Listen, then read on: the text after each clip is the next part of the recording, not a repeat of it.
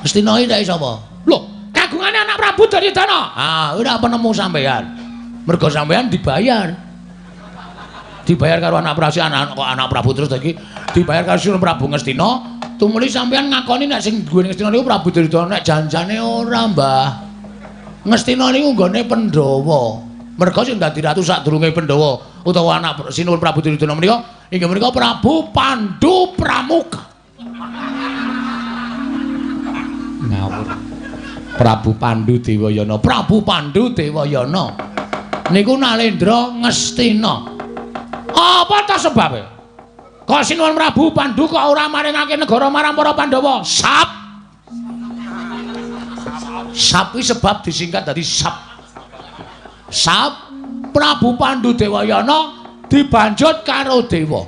Dibanjut karo dewa nalika Prabu Pandhu niku nyuwun ngampil titiyane Sang Hyang Jagat Girinata inggih menika Lembu Andini dinggo titiyane Dewi Madrim. Dudu Bathik Madrim lho. Dewi Madrim. Nganti Prabu Pandhu sumpah menawi sing pulun Sang Hyang Jagat Girinata menika maringaken ngampil Lembu Andini benjang pejah kula sagah manjing wonten ing neraka.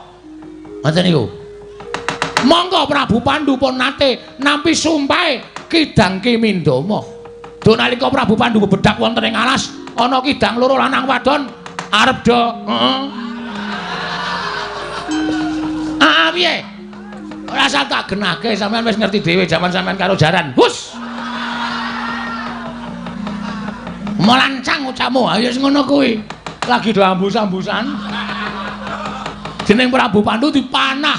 Terus Badar Resi Kimindama nyupata karo Prabu Pandhu. Pandhu ana wong arep sakaron sih, ana wong arep saresmi kok tok ganggu.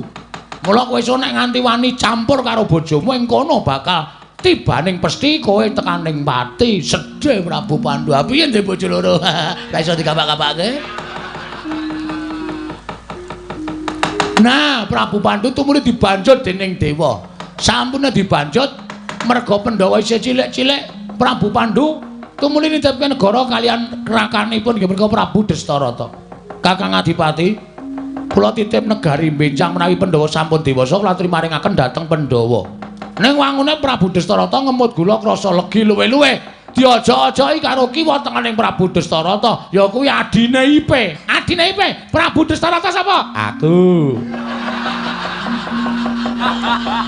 Wis ngaku wonge wis ngaku. Ah terus nganti tekan mangsane negara Ngastina dadi darwahe Prabu Duryudana nek jange kuwi nggone para Pandhawa. Lho